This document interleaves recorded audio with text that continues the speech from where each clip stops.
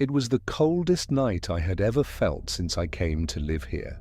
The kind of cold that makes the ground crack and the window glass breathe. I was sitting near the wood stove, trying to hear the static on the radio, when someone knocked on the door. 3 times, softly, as if afraid to bother. At first, I thought it was the wind, but then I heard the voice, weak, drawn out. "I'm cold," I froze, unsure if I had heard correctly. I opened the window curtain and only saw darkness. The porch light flickered, almost going out. The voice came again, a little closer. "Please, I'm cold." The sound was that of a child, or someone trying to sound like one. I grabbed the flashlight and went to the door. When I opened it, the wind rushed in like a knife. The snow covered everything, but there was no one, no footprints, nothing. I closed the door slowly, leaned my head against the wood, and listened. For an instant I thought I heard breathing on the other side, and then silence. The next morning, I found small footprints on the porch, barefoot. "My name is Frank Dalton. I'm 46, and I've lived alone since my father died in an old wooden house in northern New Mexico. The place was his, a simple cabin, built in the 50s, near a deactivated train line. The nearest town is 40 minutes away, and on cold nights, the wind coming from the mountains seems to carry the sound of the rails, as if a train still passed there. After the accident on the railway, I was left with a constant ringing in my left ear. It's like a distant bell that never stops.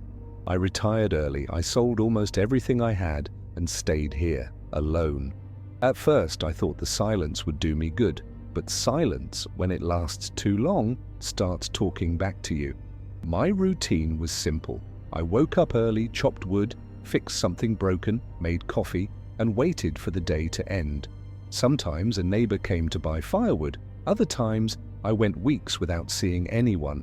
That winter, the cold arrived earlier than expected. The windows created ice patterns, the floor creaked even in the morning. Boone, my dog, had died 2 years ago. I said I didn't need another, but truthfully, I didn't want to hear any footsteps that weren't mine. It was in this silence that I heard the first knock and the voice.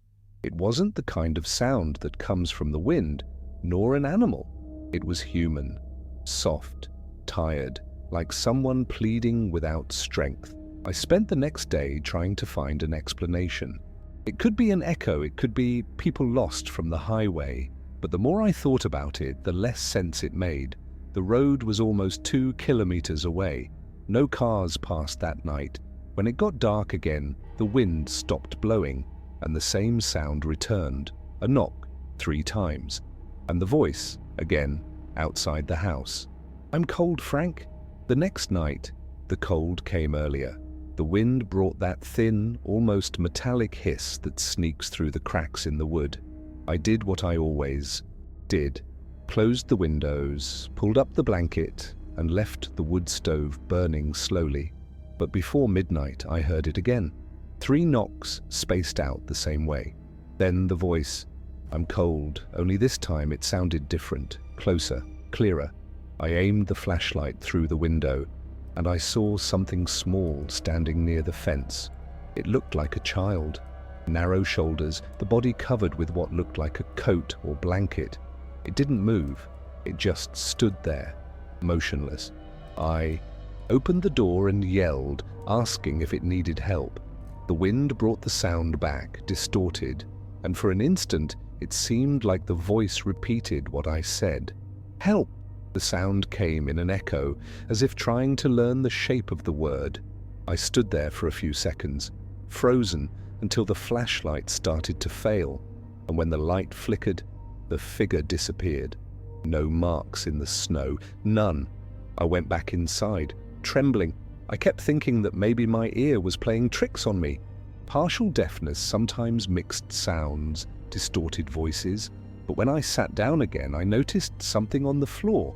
Near the door, a small blanket, dirty with earth, folded neatly. I picked it up and brought it inside, trying to find a clue, a tag, a smell, anything. But it was cold as stone. The next morning, I found handprints on the windows, small, open, spread across the frozen glass, 5 fingers long, as if someone had tried to look inside. I spent the rest of the day locked up, trying to convince myself that it was all a coincidence. But deep down, something was already wrong. That voice knew my name, and now it seemed to know where I slept. After the 3rd night, I started logging the times. The knocks almost always came between midnight and 1 o'clock. 3 slow taps, then the voice. On Wednesday, it wasn't raining, the wind wasn't blowing, and yet it came. I'm cold. I didn't open the door. I stayed sitting in the chair, shotgun in my hands, watching the fire and waiting for it to leave. When the clock struck 2:20, I heard another sentence. "Can I come in, Frank?" The way it said my name, it wasn't natural. The voice forced the K at the end, like someone trying to understand where the sound finished. I was paralyzed. Then I heard footsteps on the porch, light, one at a time, as if dragging its foot. The shadow passed in front of the window. I saw the reflection move on the glass, a thin, hunched figure, and then something whispered low, almost inside the wall. "It's warm inside." I scrambled to get the radio. I turned the dial until I found a frequency, but only heard static. The ringing in my ear seemed to get worse, more acute. It almost covered everything. I stayed there, huddled, until dawn. When I went out, I found the blanket that I had brought inside. It was outside again, folded, and on top of it, a dark pebble. On the top, something scratched with a fingernail. 2 vertical lines crossed by a horizontal one. From that day on, I started talking to myself, not out of fear, but to make sure my own voice was still mine, because the way it sounded, the voice outside, seemed to be learning from me. On the 5th night, there were no knocks, just the voice, weak, almost a whisper. "I'm cold. Please. I'm sorry, Mary. Mary, my wife's name. No one else knew." I spent the next day convinced that someone real was out there. Maybe a homeless person, a lost traveler, even a runaway child. Any explanation was better than thinking the opposite. The cold could drive a person mad, and my mind was no longer reliable. I looked in the tool cabinet for my father's thick blanket and left it folded near the door. If it came back, I would open up. I was going to end it once and for all by helping. The sun went down behind the mountains and the wind brought the smell of ice. The whole house seemed to shrink. I sat near the door, holding the flashlight and the blanket in my lap. Midnight came and nothing. 1 o'clock. 2. Nothing. When I thought it was over, the wood creaked. 3 taps. Then the voice, weaker than ever. "I'm cold. Please." I opened it. The wind almost extinguished the fire in the stove. Nothing in front of me, just the dark. But far away, near the fence, I saw a shape lying down. I ran over with the flashlight. It was someone wrapped in rags, trembling, the face covered. I bent down, touched the shoulder, cold as stone, and when I brought the flashlight closer, I saw the blanket, the same one I had brought inside the house. I felt my throat close. Behind me, the gate creaked. I turned around. Nothing. The flashlight flickered, and the voice came, now, behind my ear. "It's warmer inside.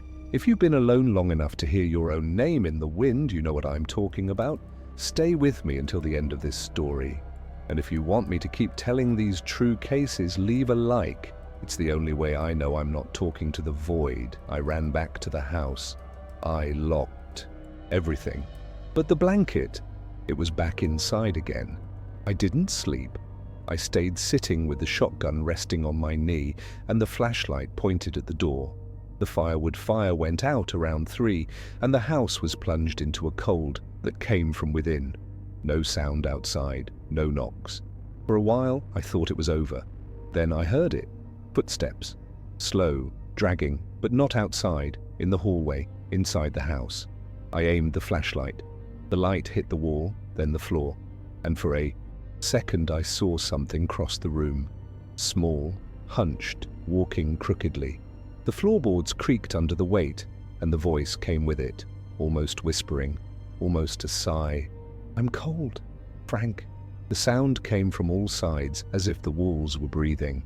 I shouted, told it to leave, but the air was too heavy to hear my own voice. In the corner, the blanket started to move, slowly, as if something underneath was trying to stand up. The cloth opened, and for an instant, I saw a hand, pale, thin, the fingers very long, trembling. I aimed the flashlight, and the face emerged. It wasn't a child. What was looking at me from under the blanket looked like a face someone tried to assemble from wrong memories. The eyes too small, the nose in the wrong place, the mouth moving out of sync with the words. Mary. It's warm. Inside, my body locked up. The flashlight fell. The thing rose up, thin, crooked, and for a second it seemed to smile, but the smile was made of sound, not expression. The sound of someone trying to imitate what they think is joy. I ran out of the house, stumbling in the snow. Inside, I could still hear the voice, slowly repeating, I'm cold, until suddenly it stopped. When I returned at dawn, the door was open. The blanket was still there, but on the floor, etched into the layer of ice, were finger marks coming from the inside out. The next day, I got in the truck and drove down to Chama. My hands were shaking so much, I could barely turn the key. I drove slowly without looking in the mirrors. Only one phrase spun in my head, I'm cold. At the gas station, I told the attendant that someone might be lost in the mountains. He looked at me as if I were crazy. He said no one had passed on those roads for days. Too much snow, avalanche risk. Even so, he sent 2 local patrol guys to take a look. I drove back home in the late afternoon, against my will. The radio was static. The door was ajar. Inside, everything was the same. The blanket in the same corner, the firewood spent, the shotgun on the floor. But there was a new detail. Near the stove, a cup of coffee, lukewarm, half full. I hadn't left that there. I stood watching the steam slowly rise, and the ringing sound in my ear faded until it became a heavy silence. A silence that didn't come from outside. I picked up the blanket, took it outside, and laid it on the snow. As the sun went down, I saw something sewn into the inner part, old frayed threads, forming a name, Mary Dalton. My heart pounded. The blanket I thought belonged to someone else was hers. The same one I took to the hospital the day of the accident. The same one I never found afterward. I ran back into the house, closed the windows, but the cold was already inside.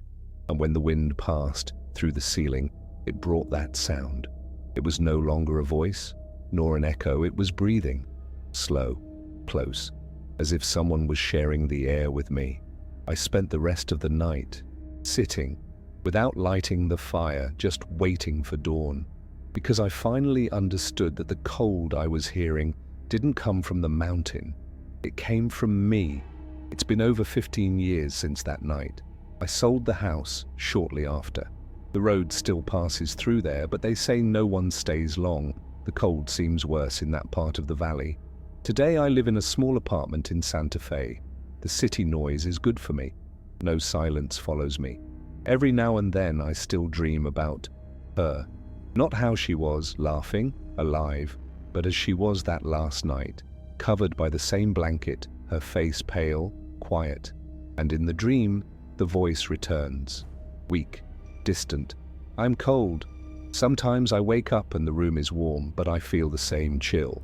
We think cold is the absence of heat, but it is also memory. It is what remains when the body forgets and the mind does not. I never went back to see the house, but on certain early mornings when the wind changes direction, I still hear something in the background of the ringing in my ear. A simple request, without anger, without pain, just loneliness. If this story held your attention, leave a like, subscribe, and hit the bell. Sometimes the cold is just someone waiting for you to listen.